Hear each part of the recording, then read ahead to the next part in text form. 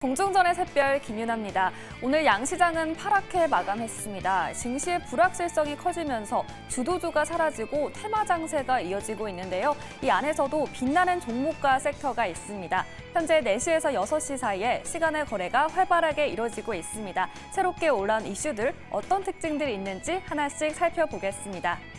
포스코 퓨처엠이 포항에 약 1조 7천억 원을 투자해서 양극재용 전구체, 음극재 공장을 건설하기로 했던 계획을 연기하기로 했습니다. 배터리 핵심 공급처인 전기차 시장의 성장세가 주춤하면서 올해 들어 투자 계획을 연기하거나 취소하는 사례들이 여럿 나타나고 있는데요. 관계자는 이전에 세우던 착공 예상 시점 등 계획이 있었지만 현재는 전부 보류가 된 상태라고 밝혔습니다. 코오롱 글로벌이 한국전력공사와 805억 원 규모의 공급 계약을 체결했습니다. 계약 내용은 시흥 인천 지역 전기공급시설 전력부공사 공급 계약입니다.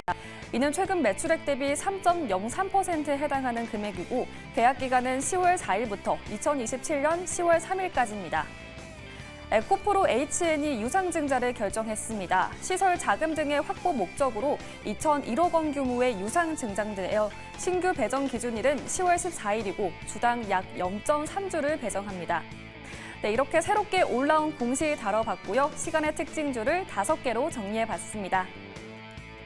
네, 오늘 STO 테마주들의 랠리가 눈에 띄었습니다. 토큰증권 법제화 기대감에 이틀째 급등하고 있는데요. 핑거, K옥션, 갤럭시아 머니트리 등 이 관련 종목들이 들썩였습니다. SK증권은 상승 마감했지만 현재는 하락 전환하는 모습입니다. 관련주들의 전략 잠시 후에 자세히 다뤄보겠습니다. 현재 한전산업의 낙폭이 가파릅니다. 원자력 관련주인데요. 정구장에서 18%대 강한 급등세에 시연했는데 시간 내에서는 차익 실현 매물이 출회되는 것으로 보입니다. 전기차 화재 방지 관련주 MG엔솔루션이 현재 빨간불 켜내고 있습니다. 정구장에서 상승 마감한 데 이어서 그 흐름을 이어가는 모습입니다. 다음은 최근 코스닥에 신규 상장한 바이오주 넥스트 바이오 메디컬입니다. 내시경용 지혈제 넥스 파우더를 주력으로 생산하고 이를 최대 의료기기 회사인 메드트로닉을 통해서 판매하고 있는데요. 정규장에서 5%대 넘는 낙폭을 보였지만 현재는 매수세가 몰리면서 급증하고 있습니다. 네, 오늘 새내기주들이 좋은 흐름 보이고 있습니다. 마지막 특징주는 M83 딥페이크 관련주입니다. 정부가 딥페이크 범죄를 막기 위해 긴급 대응 방안을 마련하면서 관련주들이 최근 주목을 받았습니다. 정구장에서는 하락 전환했고요. 현재는 저가 매수에 탄력을 받으면서 시세를 뿜어내고 있습니다. 네, 오늘장 마감 이후 새롭게 올라온 이슈와 특징주까지 짚어봤습니다. 네, 관련된 종목을 보유하고 계신 분들은요. 지금 바로 02-2000번에 4919로 접수해 주시면 잠시 후에 상담 도와드리겠습니다. 지금까지 공중전의 김윤아였습니다. 네, 시간의 특징주들 한번 체크해 보도록 하겠습니다. 일단 시간의 거래에서 하락세 보여주고 있는 종목들부터 확인해 보도록 할게요. 오후장에 강했었던 원전주들이 일제히 급락세 보여주고 있습니다. 웨스팅하우스와 이슈가 계속해서 발목을 잡고 있는 것 같은데 한전산업이 현재 4% 넘게 밀리고 있고요. 서전기전, 우진엔텍 같은 종목도 2에서 3%대로 빠지고 있습니다. 이성우 이사님께 여쭤보도록 할게요. 그냥 오늘 오후장에 반짝이었던 건지 내일 시장 대응 전략 어떻게 세워보는 게 좋을까요? 이게 웨스팅하우스 설비를 이번 체코 원전 수주에서 공급을 받는다라고 하면은 국산화를 했던 부분 같은 경우 다 보니까 100% 우리 기술로 나갈 수 있는 상황이었는데 이걸 바라카 원전 수주 때와 비슷하게 웨스팅하우스의 분쟁이 존재하다 보니까 주요 설비 같은 경우를 웨스팅하우스 쪽에서 받을 수 있는 부분이거든요. 그렇다 보니 시간외로 종목들은 빠지기는 해요. 그러면 냉정하게 생각을 해보면 우선은 설비를 공급받더라도 체코 원전 수주를 최종적으로 따내겠다라는 목적이 강한 상황이고요. 그러면 주기기라든지 아니면 다른 설비를 웨스팅하우스 쪽에서 쓴다라고 하면 관련된 종목들의 주가 같은 경우가 조금은 약할 수는 있어요. 다만 원전 수주를 최종적으로 따내는 단계에서는 관련된 종목들이 강하게 반전을 할 수가 있습니다. 그렇다 보니까 이거는 하나의 과정임을 말씀을 드려요. 무산이 된 게 아니다 보니까. 그다음에 주가는 빠져 있다 보니까. 그러면 여기에서는 부정보다는 이제 뭐 긍정에 대한 부분을 열어두고 좀 보면 되겠습니다. 네, 알겠습니다. 그러면은 원전주 갖고 계신 분들은 아니면 혹시나 추가 매수를 하고 싶으신 분들은 뭔가 이 이슈가 좀 해소되면은 매수를 하는 게 좋을까요, 이사님? 아마 시간으로 지금은 좀 밀리는 상황일 텐데요. 시장에서 저 부분을 다시금 해석한다라고 하면 종목이 급락 형태가 나오기보다 저는 하방은 제한적이라는 생각이 듭니다. 예, 그렇다 보니까 뭐 크게 우려는 안 하셔도 된다라는 말씀을 드립니다. 네, 알겠습니다. 뭐 미국과의 뭐 이런 노이즈나 잡음 같은 경우에는 계속해서 있어 왔던 만큼 좀 저점은 다진 것 같다. 원전주들에 대한 전략까지 세워봤습니다. 다음 살펴볼 종목은 바로 에코프로 HN입니다. 현재 시간에서 하한가 기록하고 있는데 유상증자 소식이 나왔습니다. 하창원 본부장님께 자세하게 여쭤보도록 할게요. 지금 코스닥 시간에 하락률 상위 종목에 올라와 있는데 유상증자 규모는 어떻고 어디에 쓰인다는 건가요? 일단은 좀 유상증자 이슈는 좀 요즘에 되게 예민하죠. 네. 해서 하한가 가는 종목군들을 참 저희 시간대 많이 하는 것 같아요. 그러니까 하루 걸로 하나씩 나오는 것 같아요. 3주 연속으로 이제 자꾸 시간에서 유상증자로 하한가가 나오는데 시설 자금에도 돈이 뭐 좀 들어가긴 하지만 운영 자금이 훨씬 더 운영 자금이 또 상당히 좀 있거든요. 그래서 이 부분이 조금 부담이 된다라고 보고 있고요. 그다음에 금액이 35,300원이요. 지금 종가가 45,650원이거든요. 그래서 할인이 상당히 많이 되는 네. 예정가고 배정 주식 수 자체도 0.29% 정도, 0.29 주식이니까 근데 좀 저는 되게 부정적으로 보고 있습니다. 기본적으로 유상증자를 할 때 일단 금액 차이의 괴리가 크면은 좋은 반응이 나올 수가 없어요. 네. 게다가 주가의 추이도 보시면은 아시잖아요. 계속 내려오고 있었던 이런 상황에서 이렇게 하니까 긍정적으로 보기 어렵고 특히나 최근에 시장에서는 이렇게 주주 배정 유상증자에서 괴율이 큰 쪽은 거의 하한가 나오고 그 다음날에 박살나는 경우가 너무 많았습니다. 네. 그래서 이번에도 물론 시설 투자가 일부 있기는 하지만 글쎄요, 그렇게까지 그렇게 긍정적으로 보긴 좀 어렵다고 보고 있고 이게 또 하고 시설 투자를 하고 요게 또 결과치가 나오고 거기서 수익으로 연결되는 데까지 그거 기다려야지 우리가 유상증자를 받는 거거든요. 네. 시간이 굉장히 오래 걸릴 것 같기 때문에 기존 주주분들은 좀 많이 스트레스를 받지 않으실까 생각합니다. 네. 그러면은 에코프로 그룹주에도 내일 전반적으로 좀 큰 영향 줄 수도 있을까요? 네, 영향이 뭐 요거 따라서 좀 네. 변동수가 나올 수 있다고 보고 있고요. 다만 이제 미국장에서 요번에 M7 떨어질 때 테슬라가 방어력이 굉장히 좀 좋았습니다. 그래서 뭐 그런 좀 투심적인 부분도 필요하고요.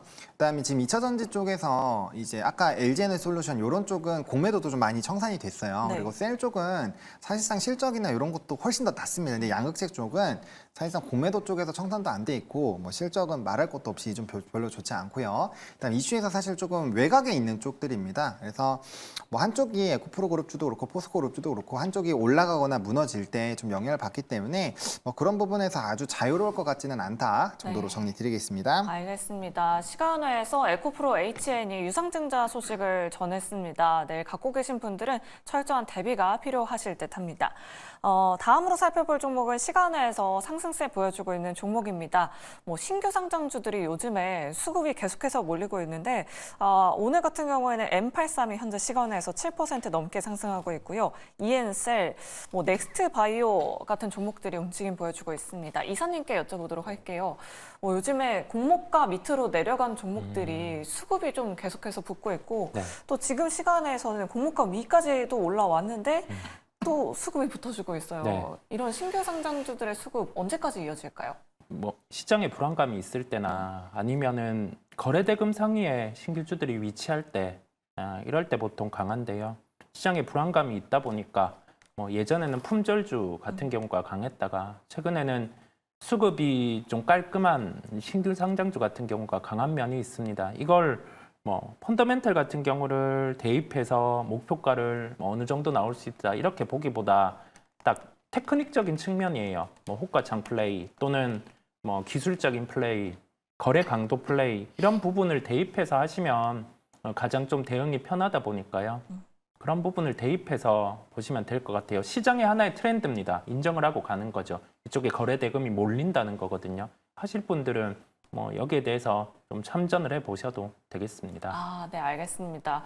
그렇다면 시장 불안정성 조금 더 유지가 될 거다라는 이야기이신 걸까요? 이 이사님? 시장 불안정성이 단에 가게 되면 다 빠져요. 아, 네, 신규주 같은 경우도 빠질 수 있는데요. 네, 시장 불안감 같은 경우는 오늘 미국 시장 돌려주는지 봐야 되겠고 물음표입니다. 네, 물음표인 상황이다 보니까 너무 예단해서 주식 같은 경우를 현금을 주식으로 이렇게 바로 채우는 부분은 아까 우리 지수 봤잖아요. 아직 과매도권 진입을 안 했다 보니까 차라리 뭐 기술적인 과매도가 들어오든 외국인이 들어오는 걸 확인하든 그런 부분이 필요함을 말씀을 드립니다. 네, 알겠습니다. 이사님께서는 조금 시장을 보수적으로 보고 계십니다. 말티님께서 유튜브 채팅창에 댓글 남겨주셨어요. M83 매수하셨다라고 하셨고요. 매수가는 34,000원에 3%입니다. 시간에서 잘 가고 있는데 향후 전망 부탁드립니다. 라고 이렇게 남겨주셨거든요. 하창원 본부장님께 여쭤볼게요. 지금 시간에서 상승률 상위 종목의 M83이 올라와 있습니다. 최근에 변동성이 굉장히 심한 종목 중에 하나인데 앞으로의 전망 어떻게 보세요? 일단 좀 단기적으로 끊어주시는 게 맞을 것 같고요. 만약에 다음 거래일에 좀 시장이 좋지 않으면 네. 이게 센즈랩이 먼저 상한가 가면서 지금 나머지 그 딥페이크 관련된 종목군들이 가고 있다라고 보셔야 되거든요. 그래서 다음 거래일에 만약에 기회를 준다면 저는 일단은 탈출을 하는 게 맞다라고 봅니다. 이 신규 상장주가 이게 이제 M83이랑 ENC랑 이런 종목군들이 첫날에 이제 재미를 못 보다가 이제 뭐 DTS 팜 이런 종목군들이 상한가 막 가고 하다 보니까 거기서 막 이제 단기적으로 수급 플레이로 좀 움직임이 나왔거든요. 근데 좀 시간이 좀 지나가고 있는 상황이죠. 그래서 이제 이슈 자체는 뭐 조금 더 강할 수는 있겠지만 이게 신규 상장주보다는 뭐 기존에 있었던 그런 쪽으로 쏠릴 확률이 더 높습니다. 그래서 만약에 이제 뭐 상한가 가고해서 탈출 기회가 나온다면은 저는 빠르게 좀 대응을 하시는 게 맞을 것 같고요. 일단 비중 자체가 뭐 3% 정도이시니까 그래도 좀 무난하게 잘 대응하실 수 있지 않을까라고 보고 있고요. 그 추가 매수는 하지 마세요. 네, 알겠습니다. 말티님 투자 판단에 잘 참고해 보시면 좋을 것 같고요. 또 다른 신규 상장주 가지고 계신 분이 연락 주셨다고 합니다. 바로 연결해 보도록 할게요. 안녕하세요. 네, 안녕하세요. 네, 시청자님 어떤 종목 가지고 계실까요? 저는 EN셀이고, 매수가는 39,000원이고요. 네. 그 매도 기회를 놓쳐가지고, 네. 제가 지금 20% 정도 가지고 있는데, 네. 혹시 제가 매수한 금액까지는 올 수 있는지, 네. 손절을 해야 된다고 하면 어느 정도 해야 되는지 궁금해서요. 네, 알겠습니다. 시청자님 상장 첫날에 들어가신 걸까요? 저 한 엊그저께, 3일 정도 지난 것 같아요. 지금 정확히 네. 봐야 되긴 하는데, 네, 알겠습니다. 그러면 네. 이사님께 한번 여쭤보도록 할게요. 시청자님 첫날에 들어가신 건 아니고 그 이후에 상한가 들어간 뭐 다음 날이나 다다음 날에 들어가신 것 같거든요. 네. 매수가까지 가능할까요? 가능하길 빌고요. 네. 이게 가능하다, 불가능하다는 지금은 판단할 수는 없어요. 그런데 우리는 예측을 하기보다 대응을 하는 거죠. 신규주 같은 경우 팁을 말씀드리면 우리가 기술적인 면이라는 점을 말씀을 드렸잖아요. 기술적인 면, 기업의 내재 가치 같은 경우보다. 왜냐하면 초반에는 수급에 대한 부분에 강도가 더 강하기 때문이에요. 신규주는 5일이 지나면 요 이평선이 생겨납니다. 그랬을 때 그 시가 같은 경우가 이평선 위에서 시작하면 시세가 나요, 보통. 5일 기준으로. 예. 이 위에 위치를 했었죠. 그리고 나서 지금 기술적 측면에서 5일 이평선을 이탈을 했어요. 그랬을 때는 한 3거래일 정도 내로 여기 5일 이평선 위로 주가가 올라서면 추가로 시세가 위로 발생을 하거든요. 그 부분을 한번 체크를 해보시고요.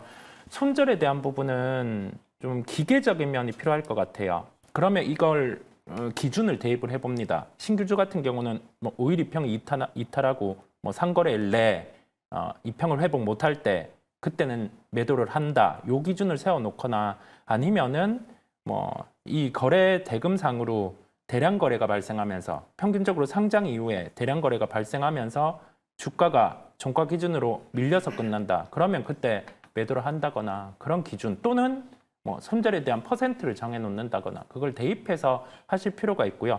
지금 기준에서는 한 3일 정도를 더 볼 필요가 있어요. 이평위로 만약에 올라서면 그때는 시세가 날 확률이 높아지는 거거든요. 우리가 신규주는 수급, 강도, 확률 이 부분을 대입해서 보시면 좀 수익에 가깝게 접근을 하실 수가 있겠습니다. 네, 알겠습니다. 이엔셀 이렇게 상담 도와드렸습니다. 이렇게 시간의 특징주들 살펴봤고요. 현재 센즈랩, 모니터랩 같은 이런 딥페이크 보안 관련주들도 시간에서 움직임 보여주고 있다는 점 내일 시장에서 참고해 보시면 좋을 것 같습니다.